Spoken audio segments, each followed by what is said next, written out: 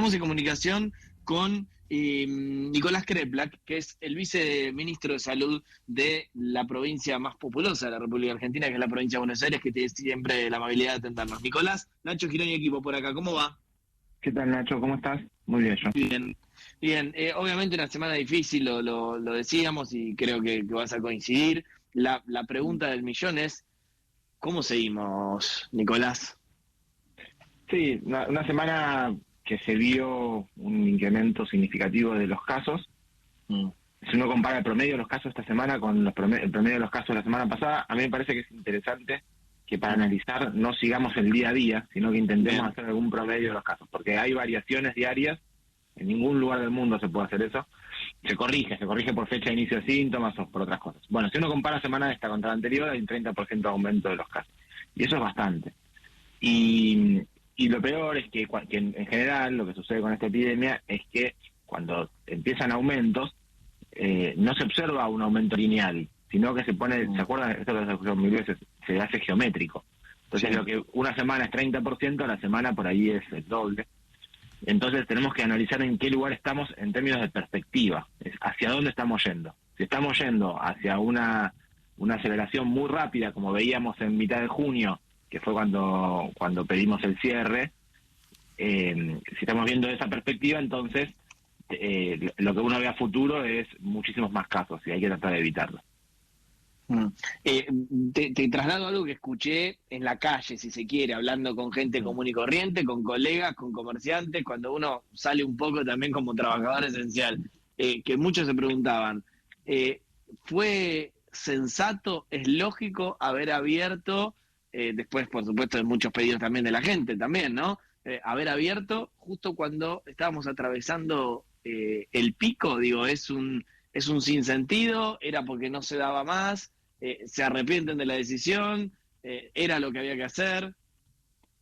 Bueno, yo insisto en que lo importante no es tanto la cantidad de casos como la perspectiva de los casos. Ahora tenemos una cantidad de casos significativa, que esto nos va a significar seguramente un porcentaje de ingresos al sistema de salud grande. Por ejemplo, digamos, si tenemos 5.000 casos por día y una letalidad del 2%, estamos un poquito menos en este momento en la provincia, pero el 2% es una letalidad baja a nivel global, son 100 personas que se mueren por día, lo cual es mucho. Entonces, digamos, si esta cantidad fuera estable, es mucho. Pero el problema ni siquiera es ese, el problema es hacia dónde evoluciona. Lo que sucedió que cuando se decidió abrir es que lo que pasaba en ese momento es que la proyección se había enlentecido, o sea, la velocidad de ascenso se había enlentecido. Y eso era el objetivo que estamos buscando con el cierre. Quizás, porque ya llevamos mucho tiempo de aislamiento, lo que estamos intentando todos como sociedad, y nosotros en particular, es lograr que, aún a pesar de cierto grado de circulación, las medidas de cuidado que cada uno de nosotros ya sabemos hacer, ¿no? Ya sabemos usar el barbijo, lavarnos las manos, y ya sabemos que no tenemos que juntarnos con nadie, eso podría hacer que con cierto nivel de circulación indispensable para la supervivencia pueda haber poco contagio. Pero si esto viene de la mano de además menos relajo en el cuidado individual, seguramente esto no va a funcionar. Lo que sucede es que lo que se ve en esta semana, que sería producto de la segunda semana de aislamiento y los primeros días de esta, ya ahí se está viendo que hay un ascenso significativo y que entonces no es tan fácil abrir sin tener más casos. Claro. Ese es el otro problema, ¿no? Digamos, veníamos de la cuarentena estricta, que después se abrió, la imagen que va llegando con el parte del coronavirus es verdad que tiene cierto retraso, pero daba la sensación, al menos uno se ponía un poco mal, no sé si compartís, que cuando mirás los números decís, pará, hicimos una cuarentena estricta con todo el esfuerzo económico y psíquico que implicó y no sirvió para nada. Te pregunto como especialista en salud, ¿sirvió esa cuarentena estricta? Sí, sirvió. Sí, insisto en el tema de la perspectiva. Si estuviera una hojita te dibujo el gráfico. ¿A dónde estaríamos ahora si no hubiéramos cortado la tendencia al ascenso que teníamos en mitad de junio, que estábamos haciendo un 15% de aumento diario? Eso nos hubiera llevado a hoy estar un poco arriba del doble de la cantidad de casos que tenemos hoy. Y lo que se logró fue achatar la curva, que es lo que siempre dijimos que había que hacer para no entrar esa curva geométrica exponencial que se vio en todos los países del mundo. Se logró eso. Lo que sucede es que ahora da la sensación, todavía son pocos días, la verdad que había que ver miércoles la semana que viene a ver cómo estamos, pero da la sensación de que volvimos a entrar en una fase de aceleración y nos volvemos a poner en la misma posición que estábamos hace un mes, con 2.000 casos más por día, pero con esa misma perspectiva de crecimiento. Digo esto porque para que tengamos una noción, en países como Brasil o como Estados Unidos, se llega a tener por día 80.000, 90.000. Vamos, ¿hasta dónde puede crecer la cantidad de casos? En el conglomerado urbano de 15 millones de personas por día puede crecer muchísimo. Entonces, ¿dónde está el pico de esta montaña?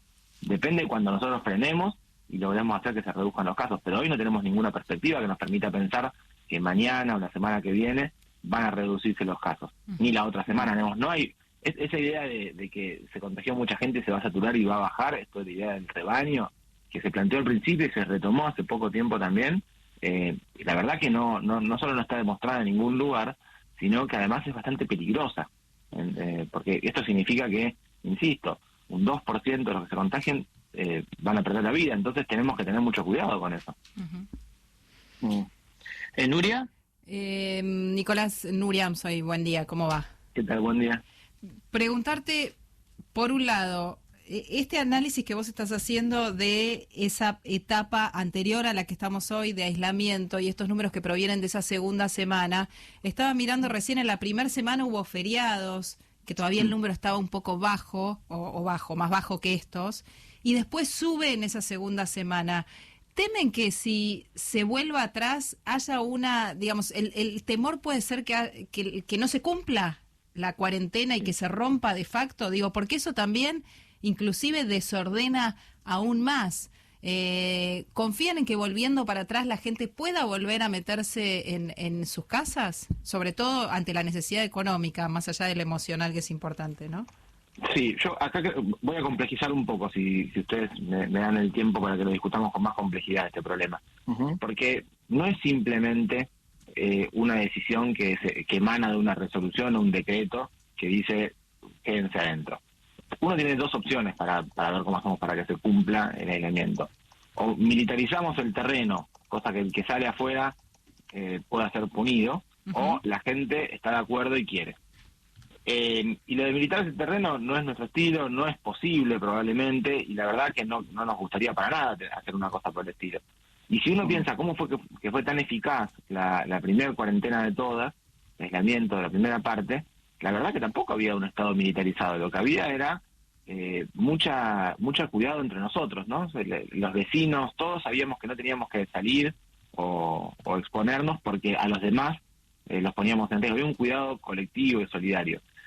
Lo que sucede ahora, me parece a mí, que producto también del cansancio, del hastío y también de algunas miserias que se ven en algunos sectores, es que yo lo quiero graficar de esta manera, capaz que se entiende, espero que...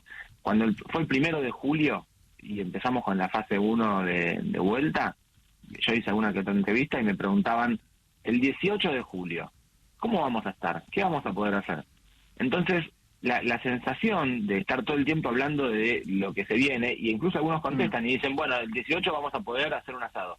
Ya te compras la carne y preparas el asado, digamos, no vas a estar esperando hasta que se cumpla el día exactamente. Es lo que está sucediendo cuando se anuncian fases y dice la semana que viene se pueden abrir locales de ropa.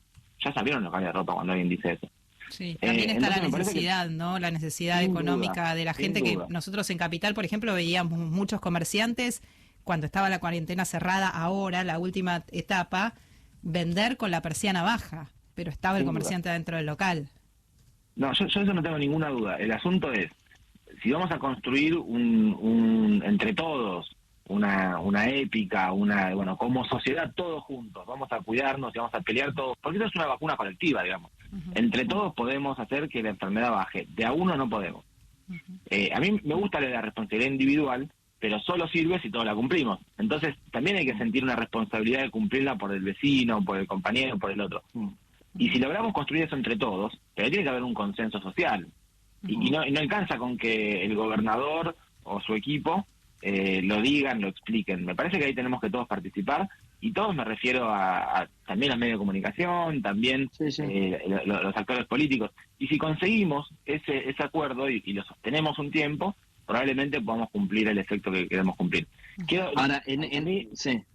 No, perdón, una cosita, pero es que yo no es que quiero ser tremendista, un poco es el trabajo que tenemos los médicos y los trabajadores de la salud.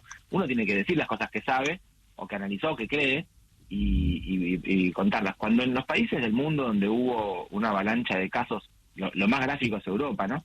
Donde hubo una avalancha de casos muy rápida y bajó, y después se dio eso, y algunos estudios dicen, bueno, fue con un 15% de prevalencia que se dio. No fue por eso que se dio, fue porque la gente empezó a ver que los hospitales se saturaban, que sus familiares se enfermaban, no tenían todo atenderse, y se metió todo el mundo dentro de su casa. Durante un tiempo fuerte, todo el mundo dentro de su casa, y bajó la contagiosidad. Nosotros lo hicimos muy precozmente, y por eso tenemos esta curva tan larga, que en todos los demás países del mundo ya subió y bajó, porque la gente ya se asustó cuando subió, pero ya también comparamos con Chile, Perú, Brasil, Estados Unidos, en todos los países uno ve que hay una mortalidad mucho más grande. Si estábamos viendo una revista canadiense, y ellos analizan el modelo argentino como un modelo de baja letalidad por este tipo de cuidado que se logra hacer. Nosotros hemos conseguido mucho con esto, pero tenemos la perspectiva de que nos pase decenas de miles de casos como cualquier otro país del mundo si dejamos de hacer lo que veníamos haciendo, quiero decir. Claro. En ese sentido, no, lo que te iba simplemente a repreguntar para al menos entender tu análisis es si crees que la gente está cumpliendo o no está cumpliendo, digo, y deben tener ahí un poco de números más finos que nosotros. Eso, y ¿qué le dirías hoy a Alberto Fernández o incluso a la persona que te acompaña en el ministerio, como es Daniel Goyán, o a Ginés González García, si te pregunta, bueno, Nicolás, ¿qué hacemos entonces? La semana que viene, ¿qué hacemos? ¿Nos quedamos así como estamos con estas aperturas? ¿Conviene volver para atrás?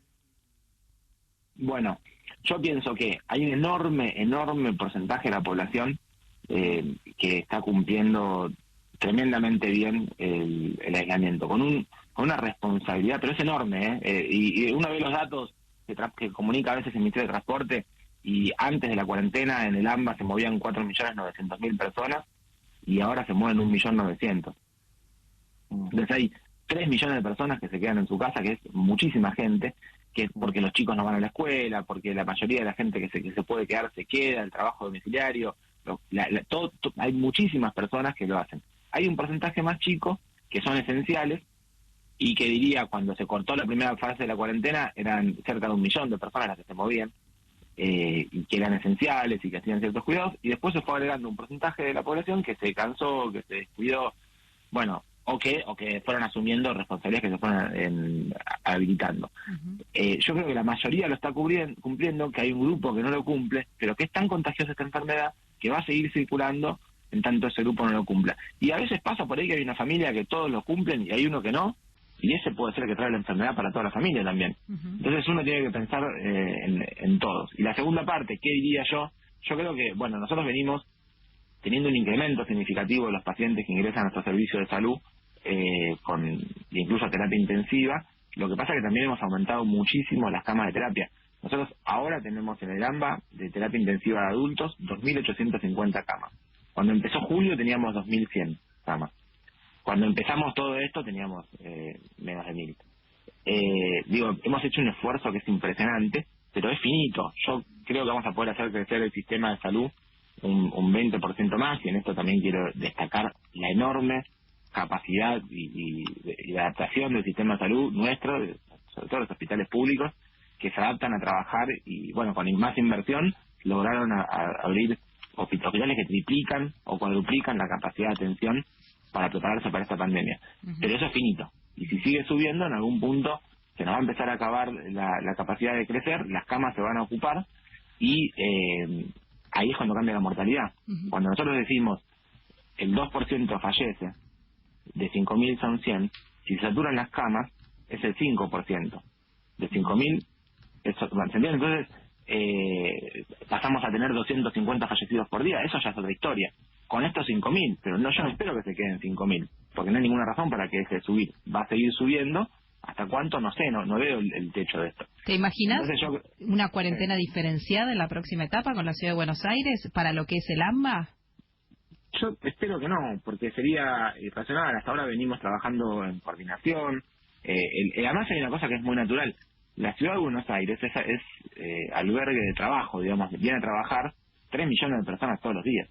Entonces usan su sistema de salud también, ¿no? El 40% del sistema de salud de la ciudad de Buenos Aires es utilizado por los vecinos de la provincia que trabajan en la ciudad y que se atienden en el sistema de salud. Eso es lo que sucede siempre. Hoy está mucho menos, hoy solamente el 15% está siendo utilizado por la provincia porque tiene más demanda de los propios vecinos de la ciudad. Pero si se colapsara el sistema de salud de la ciudad, como por ejemplo está pasando con el PAMI, envían pacientes a la provincia. Entonces no tiene ningún sentido separar funcional, ni sanitariamente, ni epidemiológicamente a la ciudad del conurbano. Nosotros tenemos la madurez y la capacidad de discutir nuestras perspectivas, nuestros análisis, con toda la seriedad, que es lo que siempre hicimos además con la ciudad de Buenos Aires. Siempre discutimos con datos, mostramos, che, está pasando esto, sí, y nos ponemos de acuerdo tanto más rápido de lo que por ahí parece en los medios, que se plantea que hay unas diferencias, y yo creo que son diferencias de participación política, pero la verdad que hemos dejado todo de lado de esto. Nosotros con los intendentes de los distintos partidos de la oposición trabajamos con la misma dedicación y esfuerzo con el que lo hacemos con los del mismo partido de gobierno. Bien. Me parece que eso se corrió de lado. No hay espacio para esto en este momento. Yo creo que tenemos que hacer un trabajo entre todos juntos. Lo que sucede es que, desde mi perspectiva, que yo me dedico a la parte de la salud, mi objetivo principal es tratar de reducir la cantidad de afectados por esta enfermedad. Bien, clarísimo como siempre, Nicolás, de verdad agradecerte mucho por la sinceridad, por el tiempo para poder ayudarnos a entender a nosotros y a nuestra audiencia, y como siempre decimos, será hasta la próxima, ¿eh? Muchas gracias, un abrazo a ustedes. Adiós. Dale, gran abrazo. Nicolás Querepla, que entonces es el viceministro de Salud de la provincia.